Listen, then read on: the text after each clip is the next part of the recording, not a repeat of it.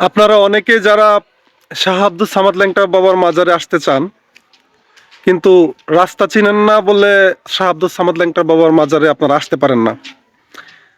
যারা রাস্তা না চেনার কারণে শাহ আব্দুল সামাদ ল্যাংটা বাবার মাজারে আসতে পারেন না, তাদের জন্য আজকের এই ভিডিওটা। সবাই মনোযোগ দিয়ে দেখবেন এবং শুনবেন। বাংলাদেশের যে কোনো জায়গা থেকে আপনি নারায়ণপুর বাস স্ট্যান্ড আসতে পারবেন। নারায়ণপুর বাস স্ট্যান্ড এসে সেখান থেকে আপনি সিএনজি কিংবা অটো রিক্সা নিয়ে বা যে কোনো যানবাহন আপনি যেখানে নামেন না কেন উত্তর পাশের রাস্তায় চলে আসবেন। উত্তর পাশের রাস্তায় এসে আপনি উত্তর পাশের রাস্তায় আসার পরে যদি আপনারা 2 জন থাকেন বা 3 জন থাকেন তাহলে অটো রিক্সাই ভালো হবে। 3 জন থাকলে এখানে 60 টাকা ভাড়া নেবে। আর যদি আপনি একা থাকেন তাহলে শাহ আব্দুল সামাদ ল্যাংটা বাবার মাজারে আপনার নারায়ণপুর বাস স্ট্যান্ড থেকে 20 টাকা করে আর কি। এমনিতে আপনি একা থাকলে 30 টাকা নেবে। আর যদি দেখা গেছে যে আপনারা 2 জন থাকেন তাহলে 40 টাকা নেবে। 3 জন থাকেন তাহলে 50 টাকা দিয়ে আসতে পারবেন। সেটা হচ্ছে আপনি যখন ওই ড্রাইভারের সাথে কথা বলবেন, ড্রাইভার ভাই এর সাথে কথা বললে আপনি ম্যানেজ করে নেবেন ওই বিষয়টা, ভাড়ার যে বিষয়টা আছে ওইটা। শাহ আব্দুল সামাদ ল্যাংটা বাবার মাজারে আসতে গেলে আপনাকে রাস্তার নারায়ণপুর বাস স্ট্যান্ড রাস্তার উত্তর পাশে এসে একটা সিএনজি বা বিবাদ ট্যাগ অটো রিক্সা আপনি যেটাই নেন, আপনি বলবেন যে সররাবাদ শাহ আব্দুল সামাদ ল্যাংটা বাবার মাজারে যাব, তাইলে আপনাকে সরাসরি নিয়ে আসবে। আমি আমার বাসি থেকে আসতেছি, তাই আপনাদেরকে পুরোপুরি রাস্তাটা দেখাইতে পারতেছি না। আমার বাড়ি থেকে হাইটা আসলে 3-4 মিনিট লাগে। আমার বাড়ি থেকে সর্বোচ্চ 3-4 মিনিট লাগে। আমি রাস্তাটা এমনিতেই দেখাতে চেষ্টা করব।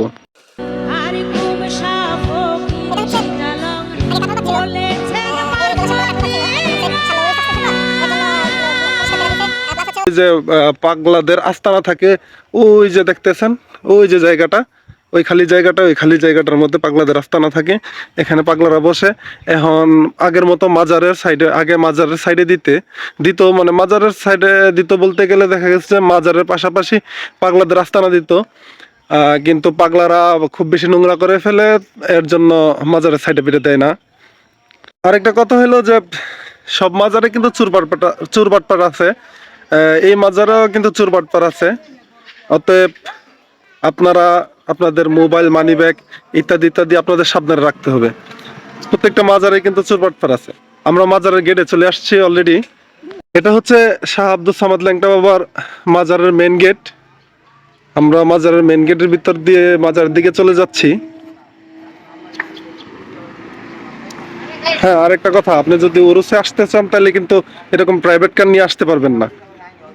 প্রাইভেট কার নিয়ে আসলে আপনি এখান থেকে বেরোতে 3 দিন লাগবে। আলহামদুলিল্লাহ, টানা 4-5 মিনিট আসার পরে আমরা শাহ আব্দুল সামাদ ল্যাংটা বাবার মাজারে চলে আসছি।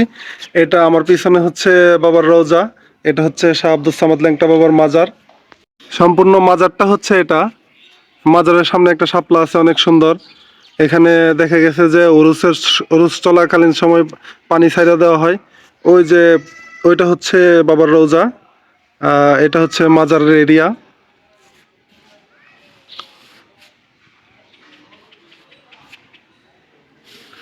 এখানে আপনার চাওয়ার মতো সবকিছু আছে, আপনি যা চাইবেন এখানে সবকিছুই পাইবেন। এটা হচ্ছে পরিচালনা কমিটির রুম। এখান থেকে উরুস বা মাজার পরিচালনা করা হয়। যারা পরিচালনা করে তাদের রুম হচ্ছে এটা। আসছে আগামী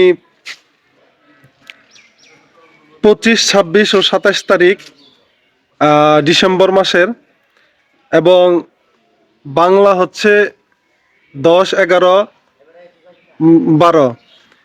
এই 3 দিন হচ্ছে শাহ আব্দুল সামাদ ল্যাংটা বাবার মাজার উরুস। আপনারা চাইলে উরুস উপভোগ করতে পারেন। আর মাত্র আজকে যেহেতু 21 তারিখ, তাহলে আর মাত্র 3 দিন বা 4 দিন আছে। 4 দিন পরে উরুস শুরু হইতে যাইতেছে। আপনারা চাইলে আসতে পারেন এই উরুসের মধ্যে শাহ আব্দুল সামাদ ল্যাংটা বাবার মাজারে। আপনার যদি কোনো মান্যত থাকে, আপনি মাজারে এসে রান্না করে নিজেরা খাবেন, এবং যেখানে এখানে ভক্তবৃন্দ আছে বা পাগলারা আছে তাদেরকে খাওয়াবেন। এখানে সুন্দর করে রান্না করার ব্যবস্থা আছে। এই রান্না করে আপনারা সুন্দর করে রান্না করতে পারবেন। আর রান্না করার পরে প্রথম খাবারটা হচ্ছে পশু পাখিকে দিতে হয়।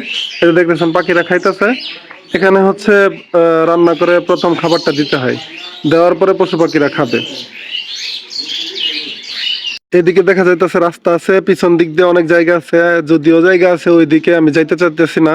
ওইদিকে অনেক আড্ডা আছে, ওইখানে ক্যামেরা চালানো যাবে না, তাই আপনাদেরকে এভাবে দেখাইতেছি। এটা হচ্ছে শাহ আব্দুল সামাদ ল্যাংটা বাবার মাজার শরীফ। আর মাজার শরীফের রোজাটা হচ্ছে, আমি রোজাটা আপনাদেরকে দেখাতে চেষ্টা করব। এই যে এখানে লেখা আছে রোজা শরীফ, এখানে লেখা আছে রোজা শরীফ শাহ আব্দুল সামাদ মাসকালান্দর সরাবাদ বেলাবনসিন্দি।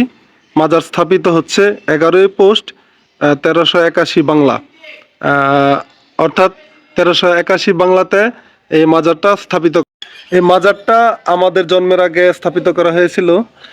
তো আপনাদের আহ্বান করব, আমি যেভাবে আপনাদেরকে রাস্তা দেখাইছি সেভাবে আপনারা মাজারে আসবেন, শাহ আব্দুল সামাদ ল্যাংটা বাবার মাজার দর্শন করবেন এবং এখানে আপনার মনের যে চাওয়া পাওয়া আছে সেগুলো ওনার মাধ্যমে আল্লাহর কাছে চাইবেন।